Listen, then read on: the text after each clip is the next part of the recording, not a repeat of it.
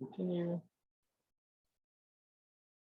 All right, folks. So going over tonight, just basically anaphylaxis and allergic reactions. This is a small chapter, so I'm going to offer to you guys to let's review for anything at the end. I mean, as y'all are aware, Mod 3 is pretty large. So if y'all have questions, I think this is the time to do it because we are so, and there's obviously like 9 of y'all in the class, so it'll be your time to, if y'all want to catch up on anything, please let me know. Dive right off and let's have a good time. So we know there's the medicine.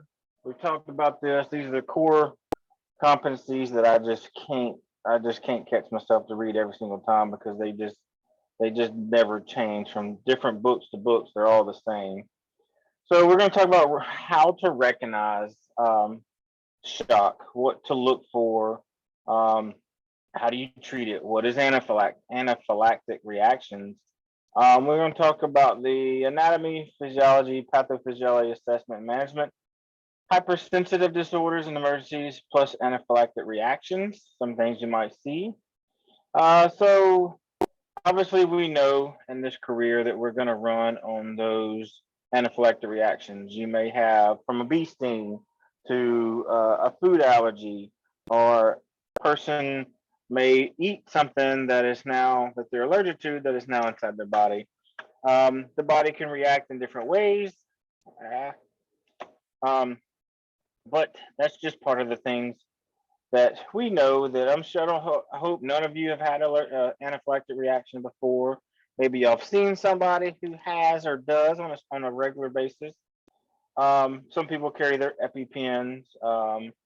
We have a guy here that is massively allergic to just air, so he swells up and everything. I mean, like he'll wake up one morning and you're like, "Oh my God, what's wrong with you?" And he's like, "Nothing. It's just my allergies." His eyes all swollen shut and everything. So, but he lives with that. Rebecca, if you're okay, what anaphylactic reaction have you had? If you're cool with that. Yeah, I'm fine. I've actually had multiple since I was 15. Yeah. Mm-hmm. My most recent one was actually less than a month ago, and luckily I was able to wake myself up from scratching my neck. But mine just randomly come on. I don't know what I'm allergic to. It's probably something that I'm ingesting, but I have no idea what it is. I go to a allergy specialist here in Middle Tennessee on a pretty regular basis, and we've done routine blood work to try to figure out what it is that I'm allergic to. And nothing has come back as like these crazy numbers. I mean, but my last reaction, I do have to carry an EpiPen, and I have a protocol that I have to do, and I have to make sure that I take a daily antihistamine like Zyrtec or Allegra, just to help minimize my reactions because I do get anaphylactic. But the last one, my blood pressure got all out of whack because I was not seeing well. But I mean, I pretty much know that I have to take a prednisone and a Pepsid and Benadryl and Epi anytime that I have one. So it sounds like you're an overachiever. No, I'm just picking. I hope everything. It's hard. Have they ever tested you for autoimmune deficiency? Not recently. It's something that I can ask my allergy doctor because since COVID, I haven't been back to my allergy doctor. So it's been like a year since I've seen him. But yeah, that may be something. And it may help you also check into keeping a log of what you eat over a time period and between what you have at different interactions of your allergic reaction, and that gives them something ideal. I definitely keep a log, like everything that I eat the day before and the day of whenever I have a reaction. And it sucks to keep up with all that. So that's a lot. Um, but I mean, anaphylaxis can come on for anything. Then it starts affecting the rest of your part of your body, your heart. It'll affect your blood pressure, obviously, and it can throw a lot of things out of whack. You can, unfortunately, be in a medical facility for quite a while after that because all your levels are out of whack. So when we see about these things, we know that that's potentially part of going on some of the calls that we go to a lot. That's really the reason why I got into EMS a long time ago. My mom was allergic to anything and everything seafood, so it didn't matter. But we were at a restaurant in Monroe, Louisiana, and she ingested some seafood and she gave an EpiPen. She blacked out. She went unresponsive. And I remember to this day, the paramedic that was there stuck a tube down her throat. And if he had never done that, I'd have never had my mom because he did it so early, so fast that that's what saved her life. Well, ever since then, I'm always like, I want to do that. Um, didn't really know that it would lead into where I'm doing now, but you know, it is what it is. So those are just some of the things that we run across to in our fields. You're not going to run them every single day, but you'll know that that's something that you're going to see. So if you're on one of these trucks, that's a basic truck, or you may run an advanced truck once you go through advanced class, and it's just you. So you need to know what to recognize, what to see, how to go forth and take care of things. All right. So all of these are life-threatening issues. So we knowing that we need to figure out what do we need to stay on top of? Do we need to treat your ABCs or is it CAB? We need to distinguish to make sure which one's the most important.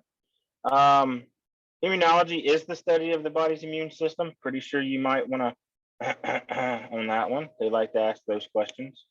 There's 5 categories of stimuli that may provoke an allergic reaction. My mouse not clicking. All right. So the immune system protects the body from foreign substances and organisms. That's kind of the same thing that we talk about the flu. All right. So in EMS for years and years and years and years, I never, ever, ever took the flu shot. My body built up an immunity.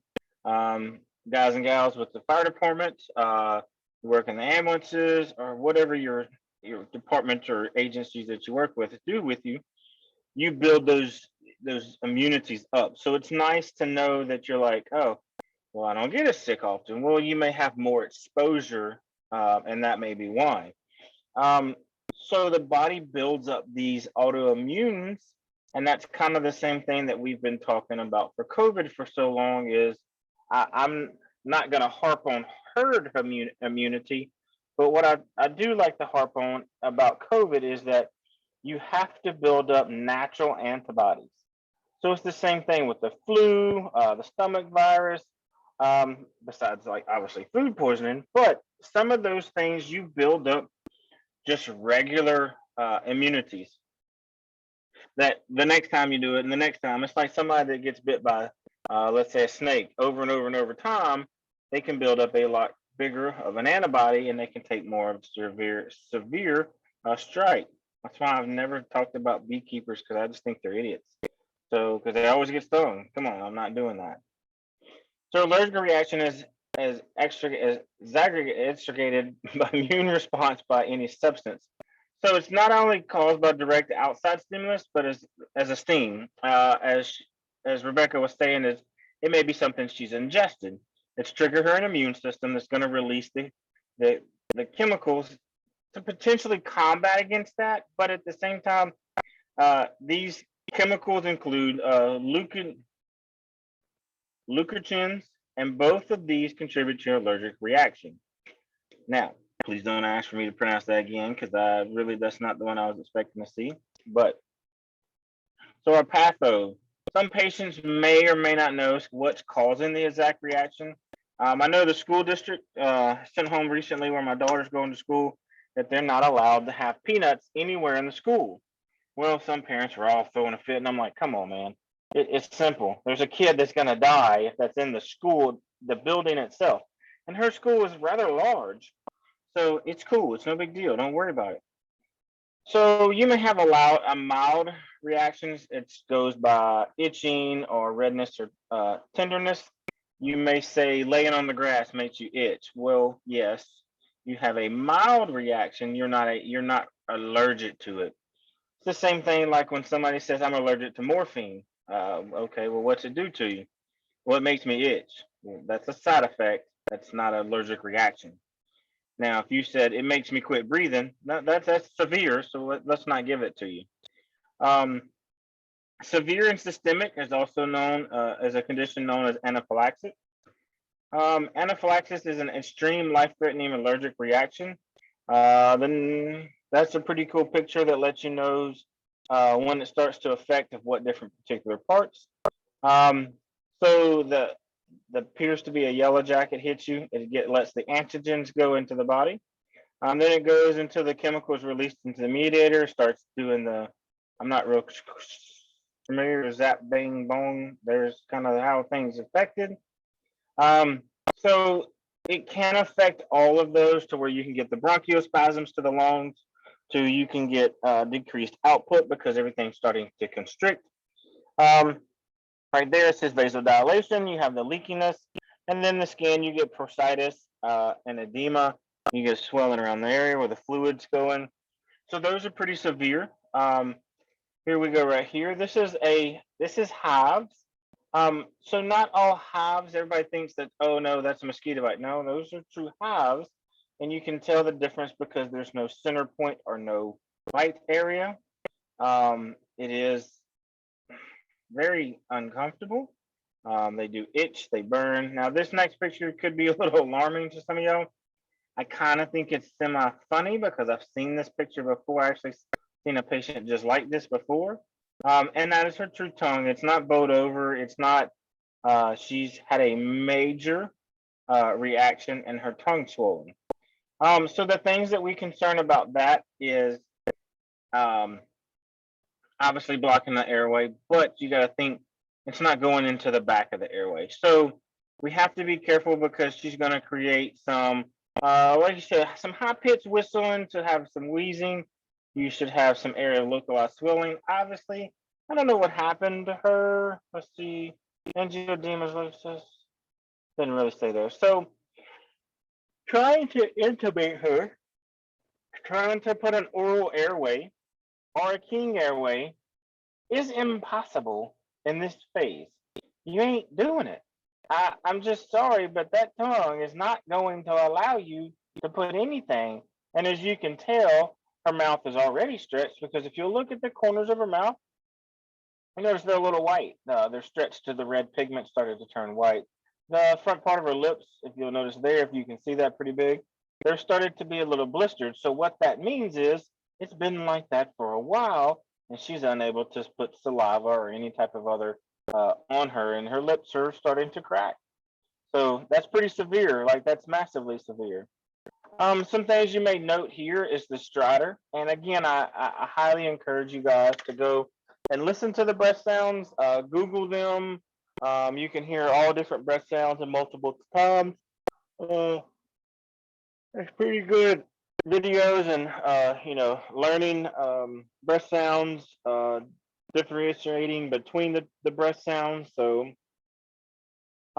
biggest things there is the hypotension. Well, we know it's going to happen because of the vasodilation. It's restricting it, so your blood pressure is gonna drop. Patients may experience nausea, vomiting, and abdominal cramps. Whew. So why do y'all think we're gonna have abdominal cramps right now?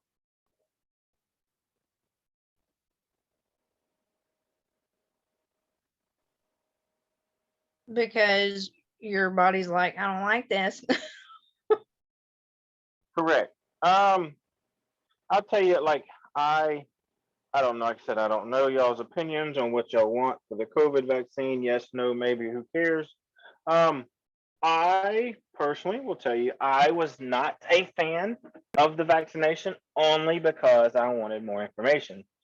I'm not an anti-vaxxer. I don't say no, don't get this, no, don't get that. That's not me. But I wanted more information. So I had to get the vaccine because it was something that was um, required of my job. I had to have it to come offshore. So, but that's part of it.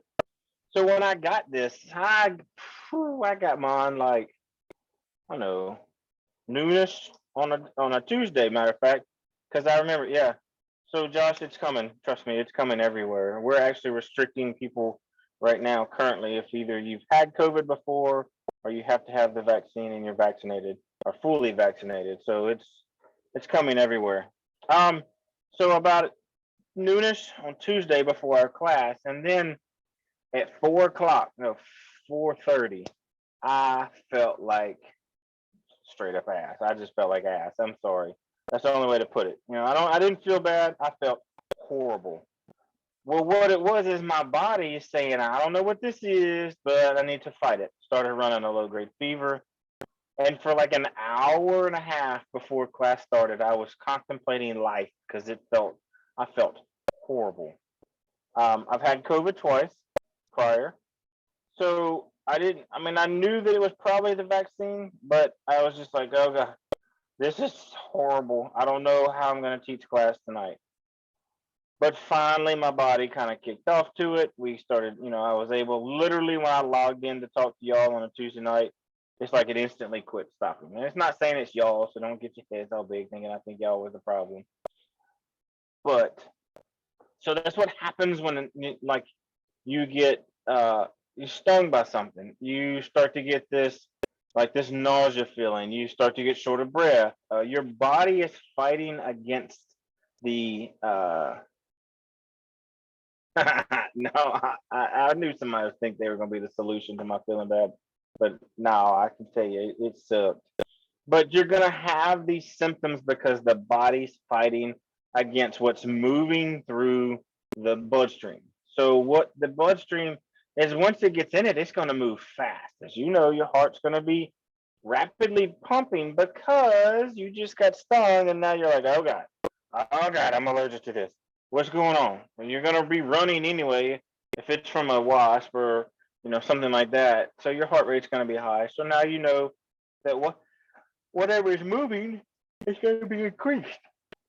So you're going to have this nausea, vomiting sooner. The abdominal cramps is because of the muscles trying to contract and move whatever is in the bloodstream of the digestive tract away. It's either got to go up or it's got to go down. The only two ways that you don't have a purge valve that you can just walk in and go here. Because if that way, everybody'd be smelling everybody's farts because they purge it in the wrong place just because. So it's got to come up or down. Well, the muscles are trying to contract to push it. It's the only way that the body can do it. All right, so some common allergies. The most common allergies fall into one of the 5 general categories. You got your foods. Certain foods like shellfish, peanuts may be the most triggers of an anaphylactic. Some of the symptoms that come along may take 30 or more minutes to appear, and they may include skin signs, which is hives. The reaction can be severe and involve the respiratory and cardiovascular system. Some meds that you can use to go with that. Obviously, antibiotics, penicillin. You can take Benadryl. You can take any type of NSAIDs. What is Rebecca? What did you say you took? I take either Zyrtec or Allegra. Nope, Is that what you're referring Pepcid. to? Sorry. Oh, Pepcid. Yeah. Yeah. I do. Yeah. I take So a lot. you can take. Yeah. So Pepcid also helps with that. Everybody's like, what are you talking about, Pepcid? Hey, bro, I didn't make it up. I just read, and that's what they say do, so it works. Now, granted, I can't carry that on the ambulance, but I do carry it out here. So I can give somebody, if they're starting to have a potential allergic reaction, I can give it to them, and that's a non-invasive thing. If I start giving certain types of medication, it starts to get worse, and then it becomes into a recordable, and nobody really likes me because now it goes against our overall rig rate, which rigs are giving numbers, and they don't like recordables. So we try to keep away from those. So any NSAID, which is your anti-inflammatory drug, that's the reason why we want to make sure non-steroidal. Sorry, those are important because it helps. Matter of fact, you can take an NSAID when you go to get the vaccine. It helps. Take a ibuprofen or Tylenol. You help rid that. That's what we want to do. Is we need to get it out. So here's a pretty bad case. If the medication is injected, the reaction may be immediate or severe, as you can see right there. Some of your oral medications, just think about it. Are they a quick dissolving capsule? Are they a pill form? Are they liquid form? All of those affect the body in different times, because if it's a pill form, it's got to dissolve in the digestive tract, then it's got to make it throughout the body. All right, so liquid is obviously going to be the faster of the oral medications, but at the same time, are you going to be able to swallow that without choking, because now you're having trouble breathing? I don't know what to. So that's what we're worried about. So with these, you need to understand it's better to the injection, but if you don't have the injection, try to take it orally. It's nice to get them all. If you can get all of these in at one time before it starts to get too severe, the better off we are. Obviously plants, I'm not sure everybody does and has the right plants at the same time. Plants, pollens, and other plant materials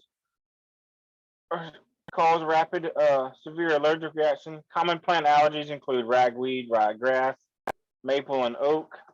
What is the other one I just heard recently? I'm not gonna remember that. So certain chemicals make up soap, hair dye, latex, and other various substances can cause allergic reactions. I have been in EMS for 20 years, or if not, well, 20 plus years. And I can tell you to this day, I still have a latex allergy because of it. My hands do swell a little bit because I've worn them for so long and so much. It's something that it doesn't affect my respiratory rate. But I have a friend of mine that she's highly allergic to it. Like, she goes into respiratory arrest pretty fast. Unbeknown to her, hers started in her EMS career. She got worse through paramedic school. But a lot of your agencies now are required to carry non-latex gloves because there's so many people out there that are allergic to latex that they quit carrying them. We actually found my first box of latex gloves out here on the facility. Those I actually moved those because I was actually turned into a cook for the last 3 days. And cooking regular versus cooking for 20 plus people. We flew out here. Well, we had 19 people fly out, and nobody else came until today. But you gotta think, people eat pretty well. Offshore people eat a lot. So yeah, Caesar, and that's right. Most everybody's using the nitrile gloves. So I actually took those gloves out of our galley and moved them because even though they're using and serving with the food, it may touch something, and we may not know somebody has an allergic reaction to latex when they come out. So that's a big push. A lot of your face mask, a lot of and I mean face masks is like your Ambu bags. A lot of those are now all nitrile. We don't have really much of anything that I can think right off the top of my head that's still made out of latex. Because it's gonna suck when we use that certain device and it's got latex in it, and now our patient is highly allergic to latex, and we cause them to go unresponsive. That's gonna look like crap on y'all. So we went to nitrile. Insect bites. So we know every insect bite injects 90% of your insects inject a venom. when they bite you, and that's where comes the itching, the swelling. This the same thing happens with the mosquito. Yes, I know they bite, they inject something that makes the area swell, and that's how they get the blood out. And your itching and swelling, it's the same thing as allergic reaction. All right.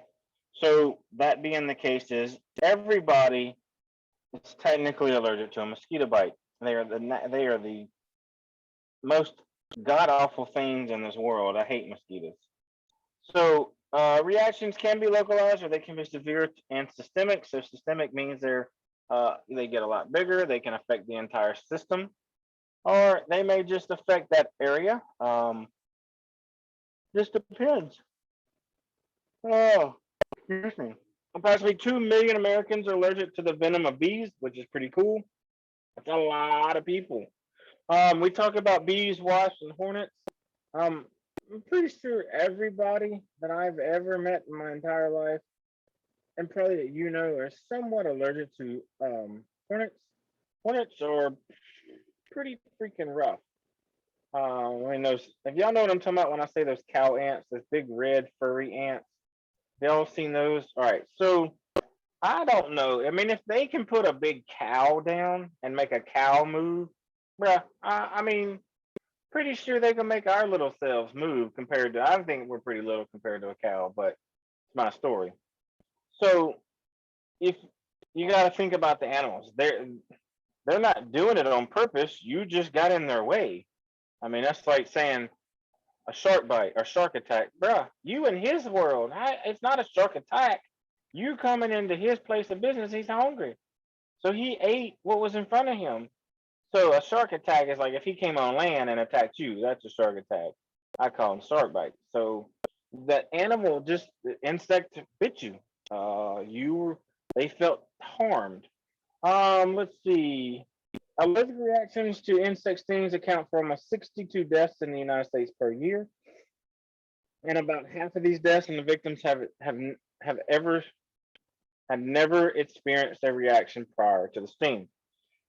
And a lot of the post response is because they may not have known what to do, and or they've never had that happen before, so they weren't sure what they were supposed to do.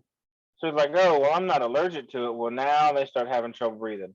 Now they start having the heart rate increase, the swelling, the shortness of breath. Those are the things that causes more of the fatalities in the insect stings because they've never had any problems with it. My wife didn't know until I was getting my divorce and going looking for an apartment that she was highly allergic to wasps. She quit breathing on me as we were looking for an apartment, and I ended up giving her an epi shot. I didn't have an EpiPen. I had my medic bag, and she gave her a shot and got her back to breathing normal. But I mean, that was crazy. I mean, she never had any issues before, but I guess I'm bad luck, man. I'm gonna tell you. Whew. Just had to tell her to find something else. So the stinging organ of most insects are small hollow spine protecting from the abdomen. So right here, if you'll notice, so honeybees cannot withdraw their stinger. Once they sting, you're gonna get all of it. If the stinger is not removed, it's going to continue to inject for up to 20 minutes because it's part of this part of the animal or the bug, the whatever you want to call them. Because when they bite you, it's attached to their body and it's gonna sit there and pulsate, and that's what releases the medication into them.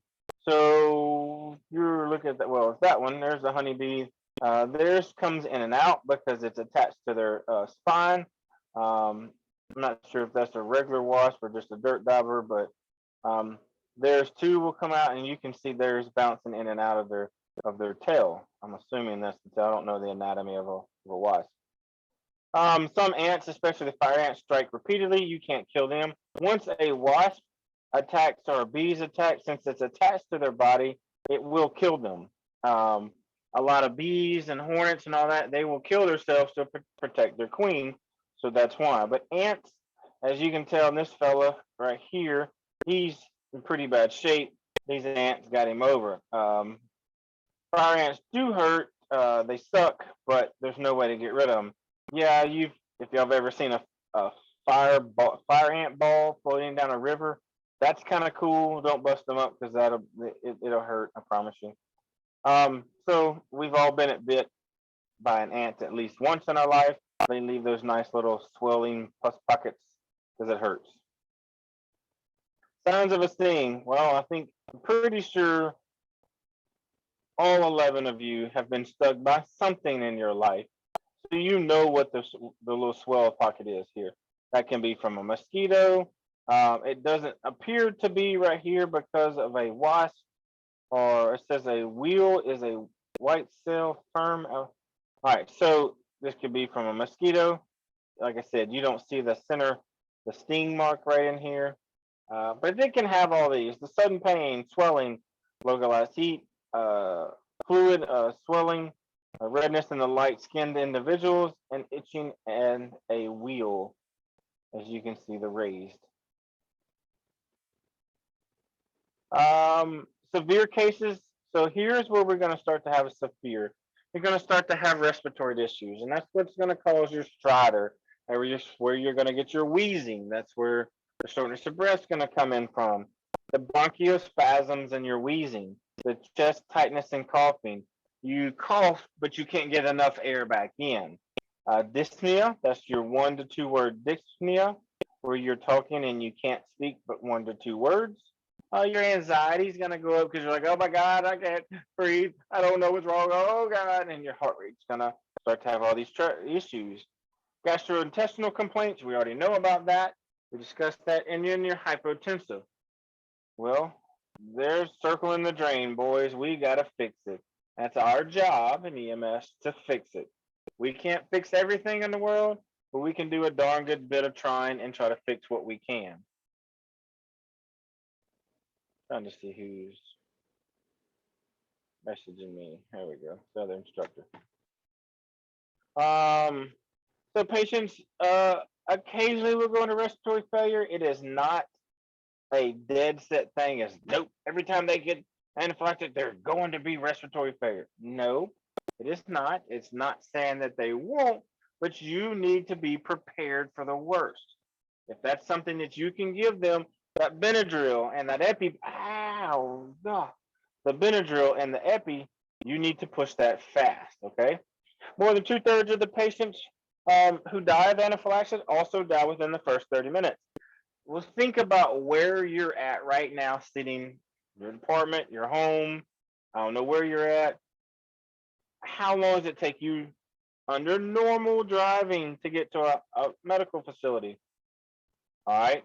So now, if you say that's greater than 30 minutes, now you got to wait for an ambulance to come get you, to pick you up and take you there with lights and sirens, because you know everybody, when they hear lights and sirens, they want to get in your way. They don't want to get out of your way. Sometimes you can go faster without them. But being said is that could take longer than 30 minutes. So with us and EMS being able to recognize it and knowing, I know what to do. I can fix that. That's going to potentially save that patient a lot faster, and you're going to give them a greater than 30-minute chance. So obviously we know here we're going to do the sting size up. So the patient's environment and recent activity may indicate sources of reaction. If you see stings or bites, maybe because the wasps are still flying out there, the bees, especially the hornet's nest, don't get out the truck. What you gonna do? Go out there and shoo them away? Nah, bro. The carbon dioxide that you're breathing is what they see because they don't have black and white eyesight. They don't see color. Sorry, they see more of a shape and a heat related issue. They're not gonna see that. Food allergy, the new medicine regimen. So the patient's environment or recent activity may indicate source of allergic reaction, or it may not. We may not know, and they just showed up, and they're like, "Why is this dude not breathing? What's going on? Where did he come from? Why am I here?" The guy was like, "Bro, I just saw him sitting behind us like that behind the steering wheel." That's most likely what happens. So respiratory problems reported by dispatch might be allergic reaction.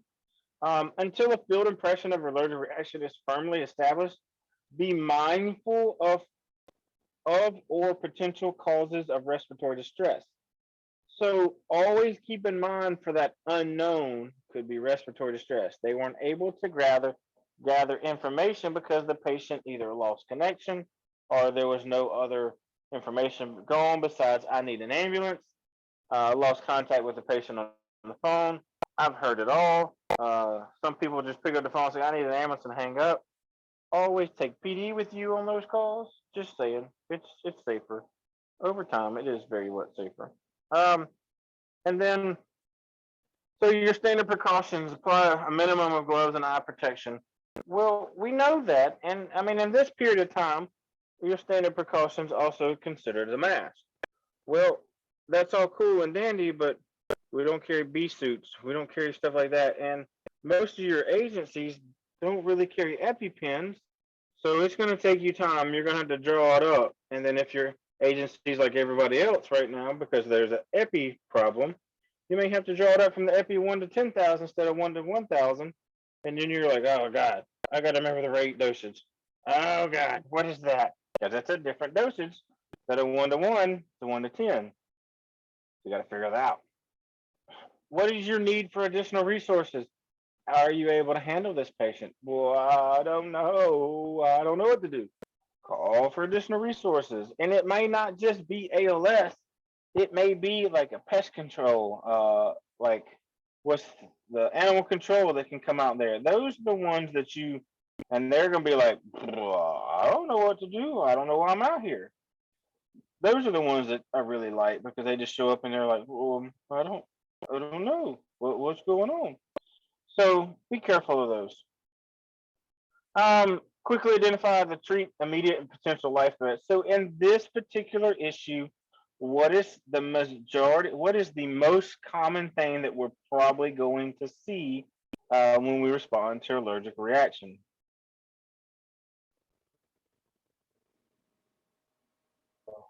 Trouble breathing. Okay. So trouble breathing, I'm gonna go with that. So you're gonna start having the panic breathing, the I don't know what's going on. So those, what's led up to this? We're gonna start going over our sample, our OPQRST. We're gonna build a report by the questions we ask. That's our general impression as we walk up to them. What do we see? How do we see? And what do we do? Hopefully you know what to do and you're able to do it. So look for any medical identification. I have a good friend. He refuses to wear it on his wrist, so he had it tattooed on him. Again, I know that some of my friends are not some of the smartest ones in the world, but they think that was the best idea. So hey, they went with it. But look for those medical devices. They can be neck and or wrist. So that's part of it. Airway breathing. So we look for this. We already talked about the trouble breathing. I think some of the signs that we're going to see. All right. So how work quickly determine severity of the symptoms. What's the first thing that you want to do when you get to this patient's side?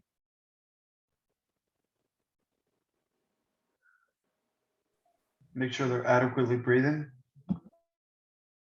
Right on. And I'm gonna tell you, adequately breathing, and Caesar, I'm just gonna pick on you. For Caesar, may be different than Chris Wally. I'm a thick boy. I'm gonna tell you, these 6 flights of stairs on this platform, I despise every single one of them. I hate them. Versus Caesar, maybe I run him up and he's like, "What's wrong? Where you at, Wally? What you doing?" No, don't be like that. So we need to know what the adequacy of that is, and we have a pretty cool little tool. What are we going to use? Pulse ox. Our pulse ox. That's the coolest little tool that we can have. I like the pulse ox better than the monitor because the monitor is heavy. Sometimes it doesn't cooperate, especially when it's raining. I don't like messing with those things. So we're going to use that pulse ox. That right there tells the answer to Caesar's question. Do we have adequate breathing? Do we have enough pulse ox for them to sustain life? What is our magic number that we want to keep their pulse ox above? Anyone? Above 94%. Above 94%, correct, on adults. And I'm basically gonna tell you that's on anybody. You want to keep a high number because when it goes low numbers, that's a really bad day. That means you gotta do a lot of work. So give them some oxygen early. All right, so we know that. So not all anaphylaxis is gonna be. So hang on, let me say this. I was gonna say it backwards. Not all allergic reactions are anaphylactic reactions. So severe, they may be like, whew, I got some whelps after that. A friend of mine, he is allergic to the sun. He has an allergic reaction. He gets whelps on him, and he breaks out in whelps. Uh, and he's a lawn care provider that makes very good money. And I'm like, bro, why don't you? He said, I can take Benadryl every day and get out here and hustle. I can't do it. And he makes well for himself, and he's adapted. Wears long sleeve shirts and a face cover, and he's he's crazy. But so just because they're having an allergic reaction doesn't mean it's going to be an anaphylactic. All right. So you quickly assess the patient. Here's the things we're looking for: increased workload of breathing, use of accessory muscles. Somebody tell me what accessory muscles are.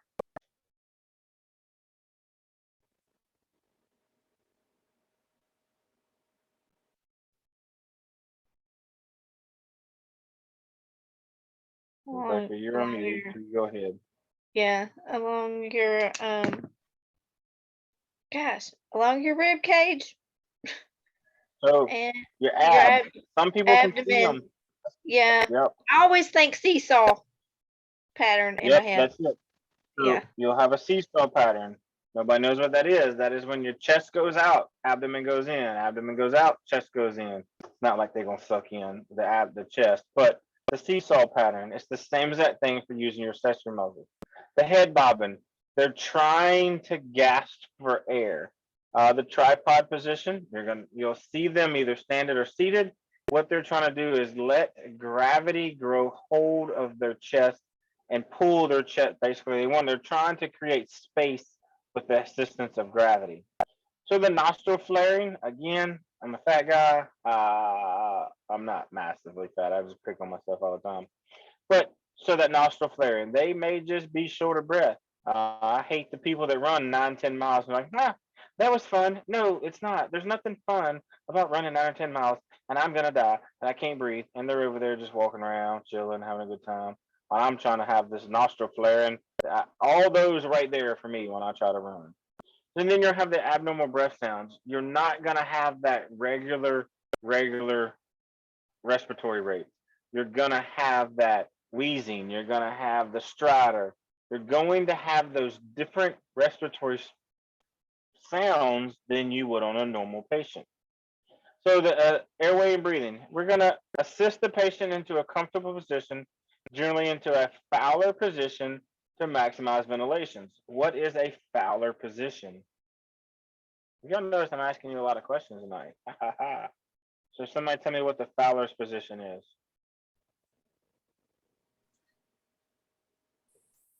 Isn't that like when you're slightly like angle, like sitting up at an angle? That's right. Sitting up So at a 90.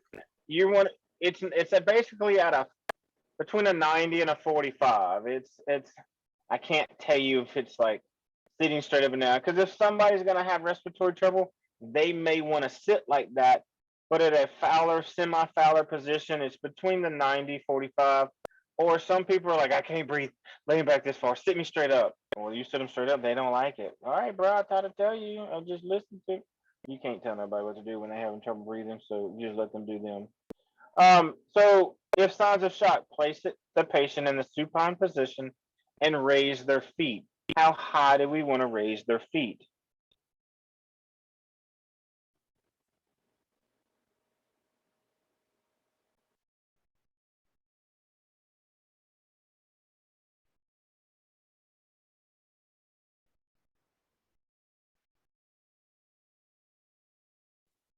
All right, I'll tell you.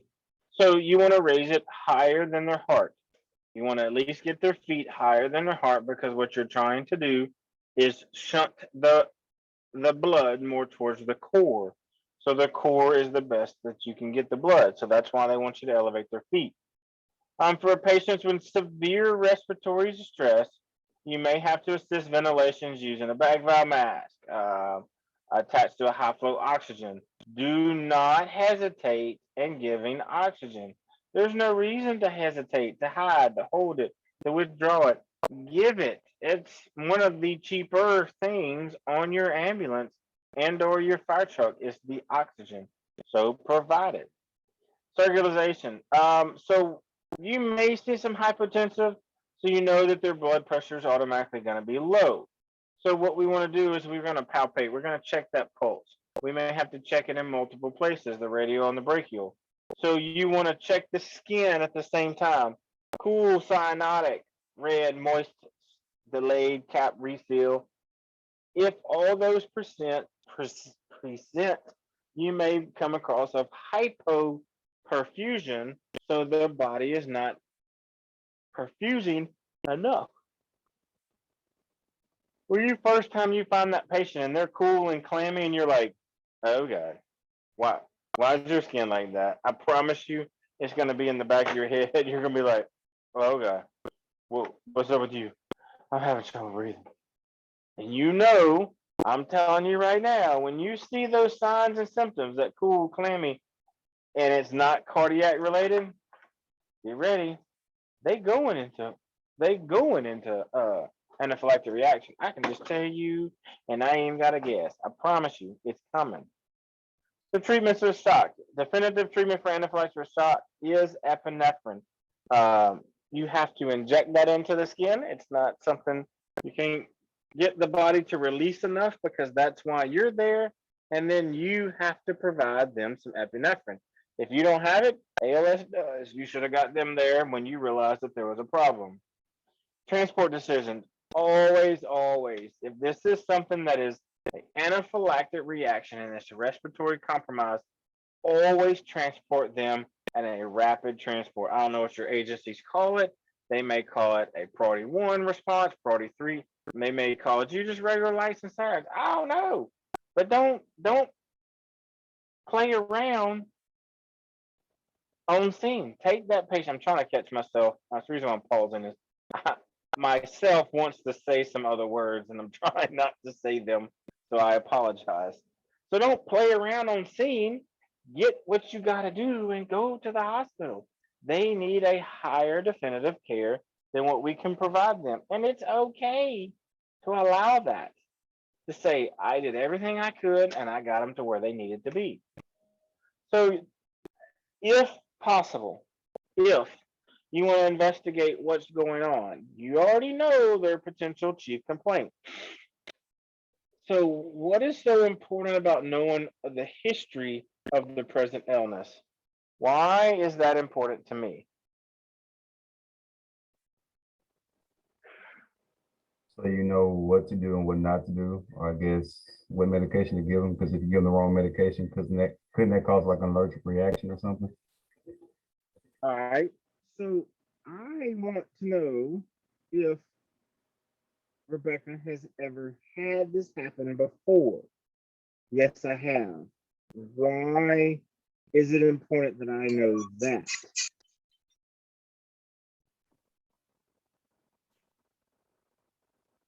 So you know about the I'm severity and doing the my time best. frame Uh-huh. of What was the question? I didn't hear the question. So why do I want to know if they've had this allergic reaction before? What is so important about knowing that? Because you want to give them the wrong History. medication. Okay. I think all of y'all are on the right page because we're trying to get that NSAID, we're trying to get that epi, we're trying to get that as fast as possible.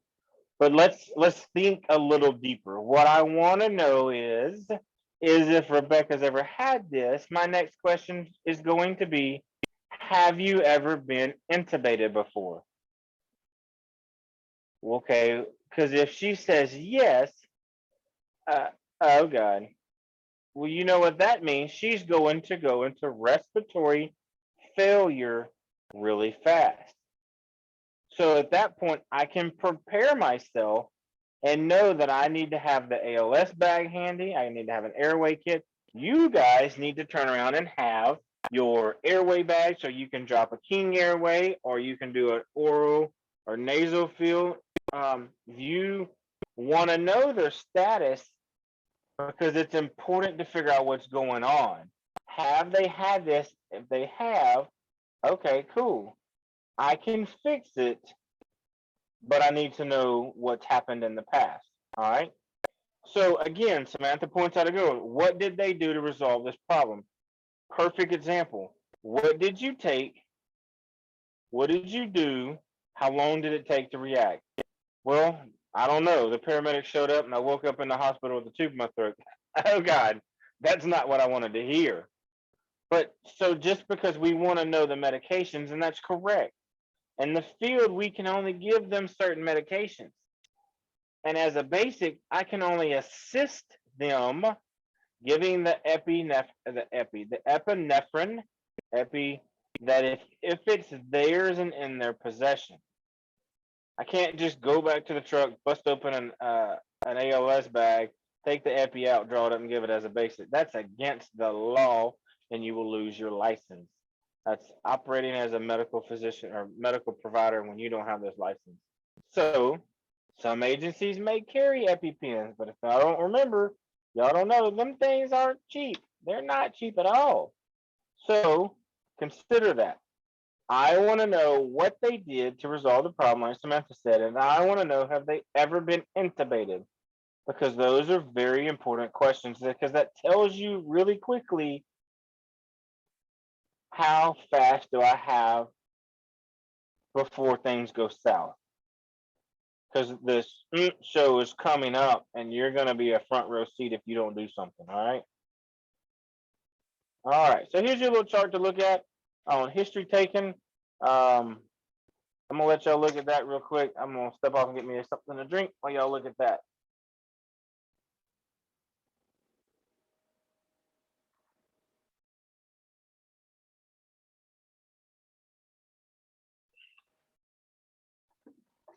All right, so what it tells you is just some of the things that potentially going to see, some additional signs and symptoms. Those are some of the issues you're going to see and deal with throughout allergic reaction. Let's see, history. So your sample history. So let's see what it's telling me. If the patient is responsive, obtain a sample history, including the OPQRST. Ask him or her to follow questions, simple questions to answer for your allergic reaction. Have any interventions already been completed? Has the patient experienced a severe allergic reaction in the past? Okay, so if they say yes, I've already had one EpiPen, how long ago? Why is a time frame important? Why do I need to know how long ago they had that epi? Because epi only lasts for so long. It has a shelf life in the body. Okay. That's the reason why in a cardiac arrest, we give medicines every 5 minutes. So you only have that long of a shelf life once it's in the body.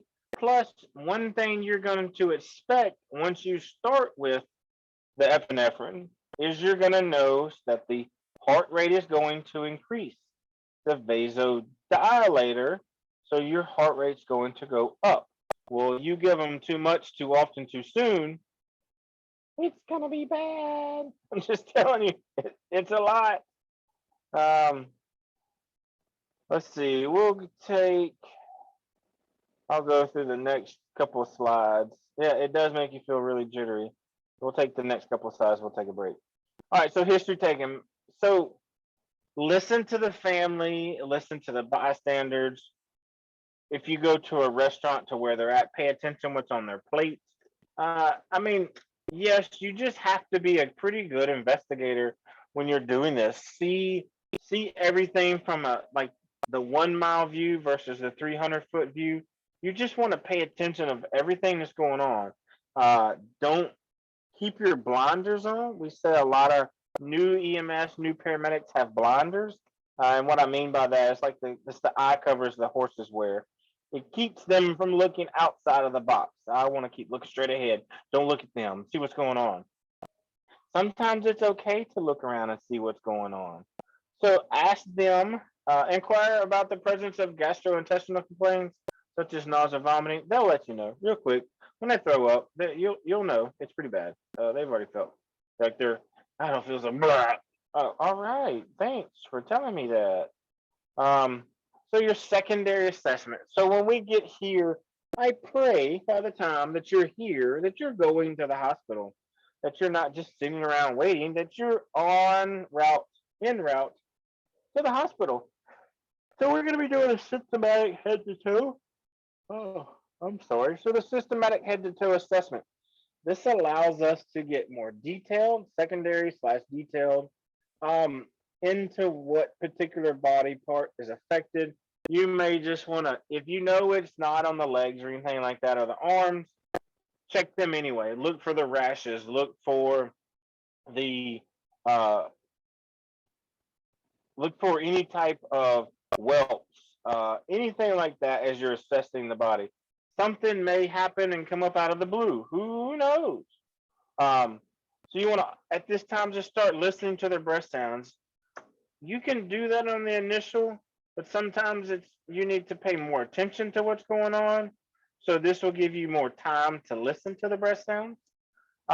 Inspect the skin. We already said that. Look for the swelling, rashes, or and then hold on. Again, you're gonna have more time to look. So look for that medical bracelet, or the necklace.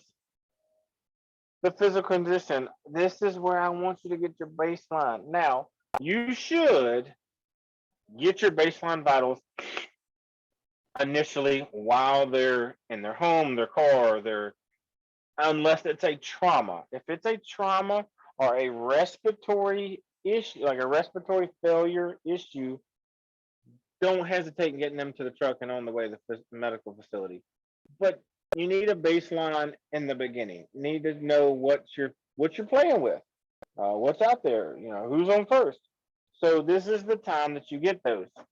And again, we want to check all of that: the pulse, the respiratory rate, the blood pressure, the pupils, the O2 sats, and skin signs. What is your skin telling you? What do I see? How do is it cool, clammy? Is it like, oh, gross? That's, they're sweating good lore. I need to know what's up. All right, so monitoring devices. We talked about your pulse ox already. Your airway patency. So the best way to figure out this is keep your patient talking to you throughout the time of your transport.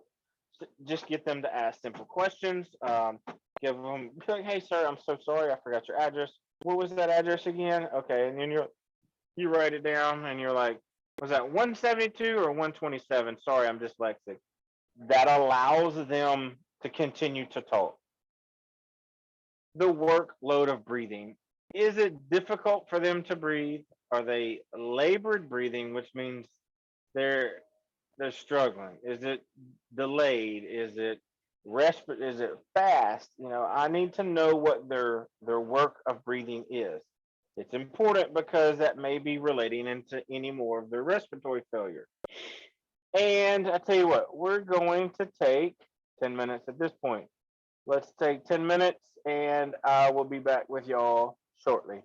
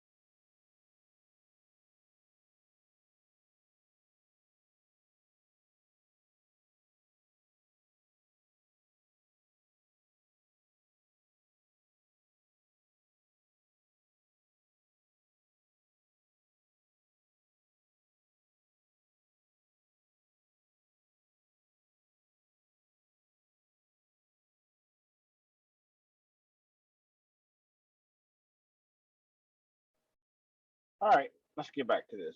So we finished the secondary assessment. All right, so in the reassessment, you're basically checking during this whole time, have I done anything? Is it working? You want to, if you've done anything, if you've put them on oxygen, you want to know if their O2 sats have changed. Is this helping? So, Mr. Fred, I noticed earlier you're having trouble breathing. Is this helping? Or are you still about the same? Most people will always say, I still can't breathe. Well, you talk just fine to me. So, it just depends.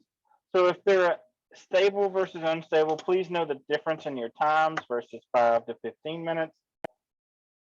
You need to know which one is, if you're going to reassess them, if they're unstable every 5, if they're stable, you reassess them every 15 minutes.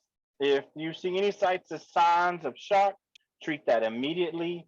If that persists, you may put this patient in the Trendelenburg position versus the semi-Fowler's or Fowler's position. And that can help you with shock. We talked about interventions. Determine the severity of the reaction. Okay, is it a mild reaction that may require only supportive care or monitoring, or what is it going to happen? Anaphylaxis may be more aggressive treatment, including epinephrine and a ventilation support.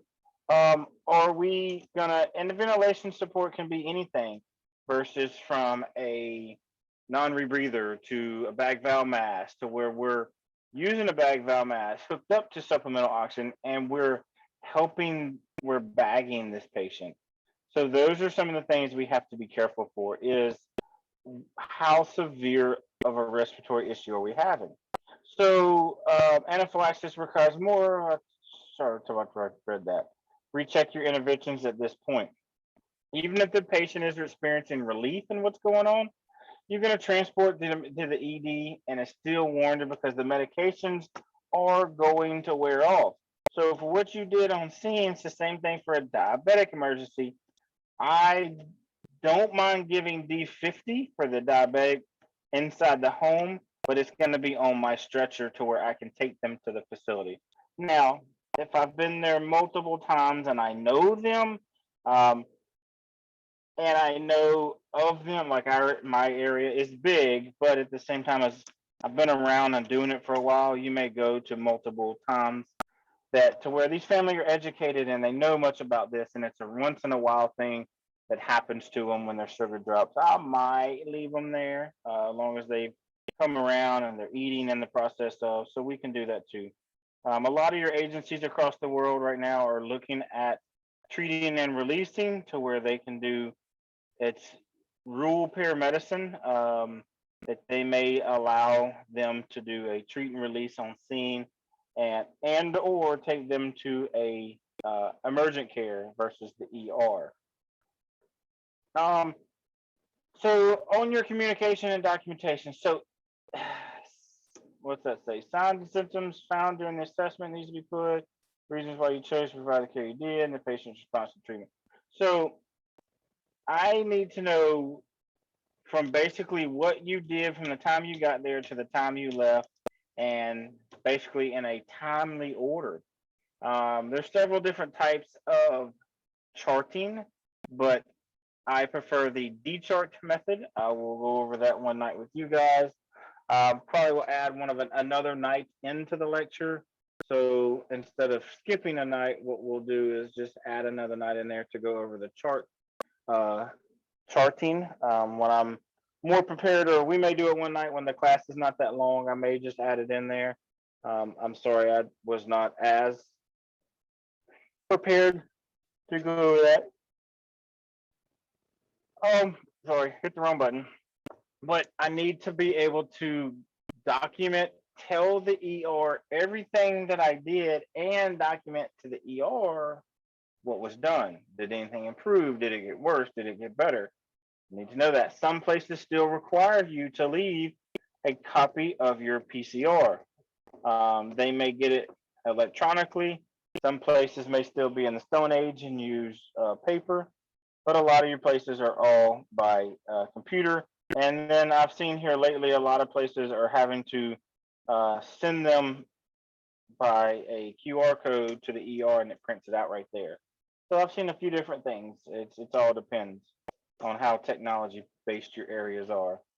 So if the patient is having a severe allergic reaction or anaphylactic reaction, administer your BLS and provide rapid transport to the hospital. You just want to make sure that their comfort care is the utmost to your quality of care. And I mean by keeping them comfortable, try to lower their anxiety, keep everything as low as possible and not freak them out to and or until ALS interventions meet you on the way to the facility. Um, some small reactions, let's say to a couple of wasp stings got him. He didn't get hit by a whole bunch. He's not in anaphylactic, but the hospital's 10 minutes away. Can you transport that? You know, if you think that the ALS truck is 30 minutes away, well, it's easier for you just to transport them to the facility versus waiting on them. So, you know, think about some of the things you can do on the way to the hospital. If a stinger is present, please scrape that out. Don't make sure that you use a credit card. You flick it away. Don't try to, sometimes grabbing a pair of pliers will work. It just depends. You have to be careful also, like if you find a flea or, I mean, a tick, you have to be cautious because sometimes if you pull that tick away, it can leave their head in there and it can cause a whole nother infection. But stingers are pretty much, you grab a credit card, swipe downward, and they would normally do pop out. It's kind of a path of least resistance. Wash the area with soap. It's kind of like everything else. If you just wash your hands, keep the area clean. Jewelry is very important to remove because after for so long, if the hand, wrist, or I mean, at the same time, the neck can swell. Remove that jewelry. Get it out of the way. Put it in the patient's pocket, possession, their purse. Leave it with the family, because it's going to get removed anyway. So the faster that you can get it off and out of the way, the better off that patient is. Position the injection site below the heart if you can. If you can't position it, let's say because it's their upper arm, well, I mean, it's just gonna be out of the way. It's gonna be higher than the heart anyway. So, if possible, try to do that. Apply ice packs. You know, that's part of the thing we want to do because what that does is it slows down the swelling. It keeps everything from getting inflamed. The ice kind of lowers it and keeps it. I'm trying to click on something. Is what took me so long. So be alert for signs of airway swelling. If the patient starts, I can't, my throat's dry. I'm having trouble. Oh, like that scratches, that hurts. Be cautious of them drinking anything. Not allow them to eat. That can also cause some other issues there. Placing in the supine position to give oxygen is needed. So be careful about that supine position in that position when they're having that problem, because it could also exacerbate it even more because now they're having trouble breathing and them fighting that position. So they may be more comfortable at a 45-degree versus being supine. So be cautious of that. And just like I said, I've always said, provide the utmost comfort care to the patient. It doesn't matter how it's done, what it does, even if you just treat them like they've been family friends for so long. That's the easiest thing that you can do. Monitor vitals all the way into the facility. That's some of the best. Keep it on them. Let the machine automatically do it as you're transporting. And plus it builds a record. So when you get to the facility and you're like, oh, I know I'm supposed to document this. Oh God, I don't know how long ago. And you've already got a printout of everything that's taking place, that's going on, that's going to come out from your monitor. Make sure you get all that information before you turn that monitor off. I'm just telling you, because once that monitor gets turned off, you have to go into the database and then print out the last call. It's a pain. So if you can build that history early, it'd be great and do your report. So epinephrine is a sympathetic hormone. So what it does is it mimics the system fight or flight response. So when we give that, the systematic fight or flight response can't kick in, you produce some more epi. There you go. Causes the blood vessels to constrict, which reverses vasodilation and hypotensive. That's important because we're now providing a mass dose of epi and a quick injection that's trying to reverse what's already taken place. Other properties of epinephrine increase cardiac contractibility and relieve bronchial spasms in the lungs. It can rapidly reverse the effects of anaphylaxis if given at the right time, the right dose, and early. The faster we get it into the body, the better off we are. If it's a delayed dosage, and I mean by I delay in giving it because I'm nervous or I'm scared, that's where the issue becomes and takes place. The faster you can introduce it to the body, the better off we are. So epi is prescribed by a physician. You cannot just go like, hey, I need an EpiPen. Why? Because I think I need it. They all are pre-dosed. They are automatic dispensers. It is a automatic. It has a spring. Once you hit that spring, it shoots just like a pen. If you click on a pen and the pen pops out, that's just like an EpiPen works. They do have pressure. They are made to go through one layer of blue jeans. So you can imagine how hard that spring hits. It can and will leave a bruise. So be cautious about that when you go to give it to somebody. So just because we say swing your arm and hit the thigh area, the outer thigh, you're not trying to push the outer thigh to the inner thigh, because I promise you that EpiPen is going to pack a punch anyway. But you don't, at the same time, you don't want to lightly push it against the skin to try to click in place. No, you need to give it enough for it to dose itself. Always follow the last bullet. Follow medical control. Some EMS services do carry EpiPens as part of their regular onboard medicines. It is not as much, I said, but EMS providers may be permitted to use for patients, depending on what their protocols are. Rebecca says, it doesn't feel too good, but when you are struggling to breathe, you don't care. No, that's the least of your worry. I don't care how bad it hurts. And then after it's over, you're like, oh my God, what is this bruise on my leg? Oh, that's the epi. So my mom used to always bruise when the few times I remember her getting it. Here's exactly how you give it. All kits contain a prepared auto injectable.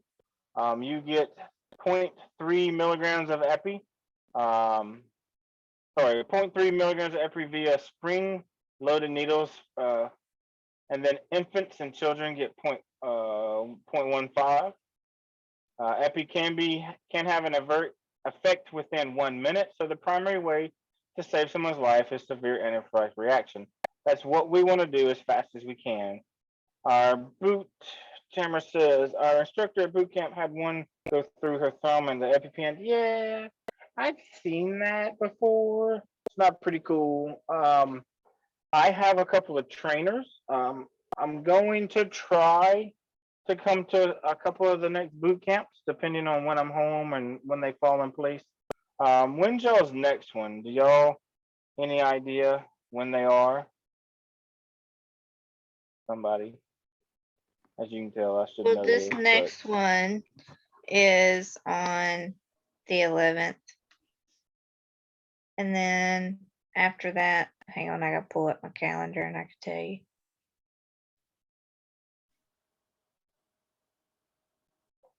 The 11th, I should be in Knoxville, Tennessee, so I'm not sure if I'll be there. No, there's one in. Thought ours was the night. Tamara, I don't want to lie to you because I don't know when they are. I had them wrote down. Due to the storm, I kind of misplaced their things. There might be one, and it might be.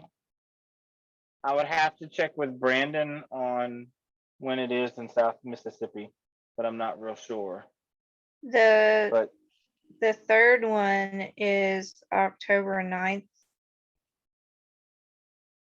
Okay. And So then they're the fourth, basically a month apart. yeah, and then the last one's October 26th. Wait a minute, never mind. November 6th. Yeah, I should be home for the November one for sure. Tamara, you may be thinking about the 9th of October, because that's more likely they're going to be held on a Saturday. We have them scheduled for Saturday, Sundays in case they need to be. In case you need a Sunday, we already have that reserve already. Some of these places you have to book so far out, so that's why we book 2 days in advance or 2 days at a time. So, yeah, Samantha, you're supposed to attend them all because they build off of each module. So, all right. So some of the other side effects you may get from the epi: high blood pressure, increased pulse rate, anxiety, cardiac arrhythmias, pallor, dizziness, chest pains, headache, nausea, vomiting. So it's because of the boost. It says on the syllabus the 11th and 12th. For September, Tamara, is that what you're referring to? Okay, cool. All right, yes. So September, correct. We do have them scheduled for Saturday, Sunday. The Sunday is always a contingency plan. Maybe something's come up, but you all have to attend for specifically that Saturday, Sunday. Instructor related, depend on what location you go at, depending on both days. Here you go. Do not give epi with patients without signs of respiratory compromise or hypotensive and who do not meet the criteria for a diagnosis of anaphylaxis. They do not need epi. Even if you think somebody's like, oh, I have trouble breathing, I can't breathe. They don't really fall into that case. Just because you want to be that great go-to, do everything EMT, that's cool. I'm proud for you. But let's make sure it falls within our protocols and that we can do that without getting in trouble. Because none of us want to get in trouble doing anything in the medical field because we want to make it's our job to save people. Sometimes if you give that epi in the wrong time, it could harm them pretty severe. We definitely don't want to do that. We don't want to hurt nobody. So this is the end of the show. We have done everything we required to do tonight.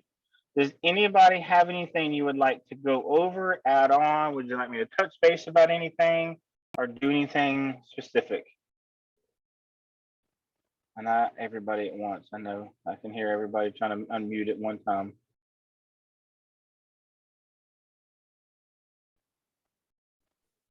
No, I'm pretty much good for tonight, but I appreciate the lesson. It made a lot of sense.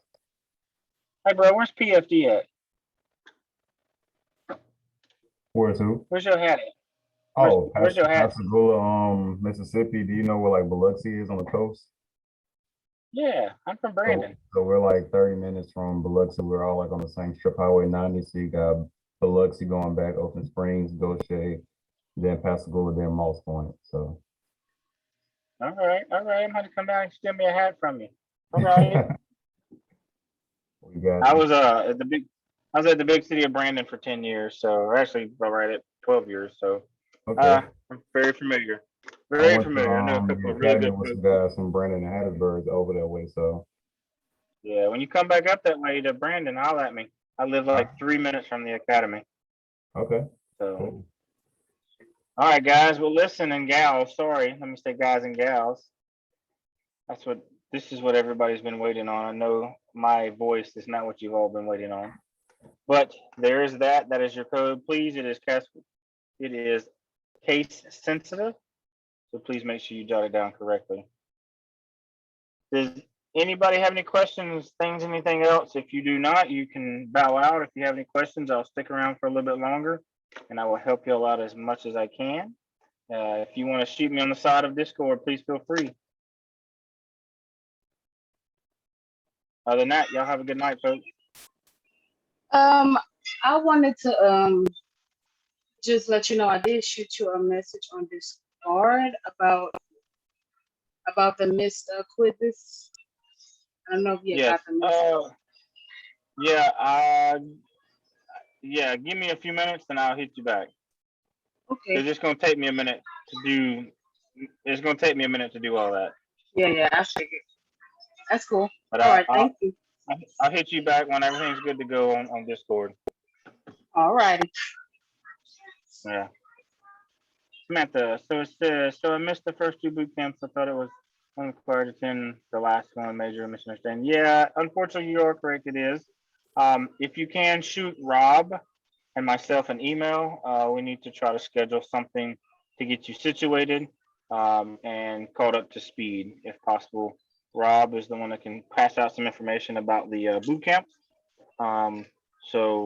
But if you can, just shoot him a primary email and attach me into that email so I can stay on track too, please, Samantha. Are you Also, familiar? my bad. Go Oh. ahead. Go ahead. No, you go ahead. No, I was just gonna ask if he was familiar with like how FizzDap works because Not one bit. I can stop you right there. okay. Yeah, I don't know. Sorry. But we do have, there's a new lady. Oh, I don't know her name. We have somebody that's over that. If you'll ask Rob in the Discord, so that what that'll do is tell everybody. And then I know that he will give the answer because we have somebody that's over Discord. But there's think some, that's- Rob is- sent out. Is it Donna? Yes, that's it. Donna, that's her. Okay. But all of our ARES instructors, including myself, are supposed to be going through some FizzDap class under something. I don't know. I just got to attend it. So I hopefully can answer that question later, but I do not know. But Donna's your point of contact.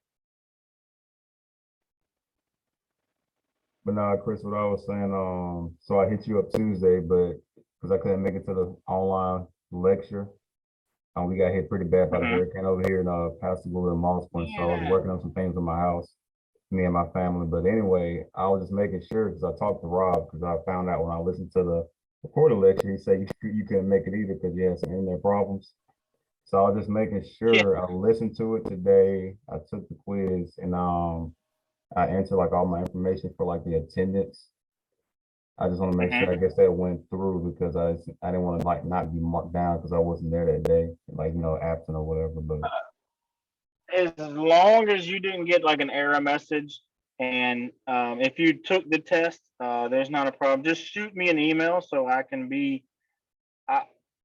I remember Rob talking to me about it, but if I like to have things in writing because it covers all of us. If there's a question later down the road, you can just say, hey, I was not able to attend Tuesday on this date due to hurricane affected my area. Class was watched on this date, did attendance record, spoke to Chris on the 2nd September. And you can send it just to me because if there's anything that pops up later down the road, Rob will come to me first and I can be like, yeah, I think I remember. My memory sucks. So I will do the best that I can to help you out on that. okay, I'll send you an email tonight. And yeah, I'll get that taken care of. Thank you, man. I appreciate you. No problem. All right, have a good night. You too. Be safe.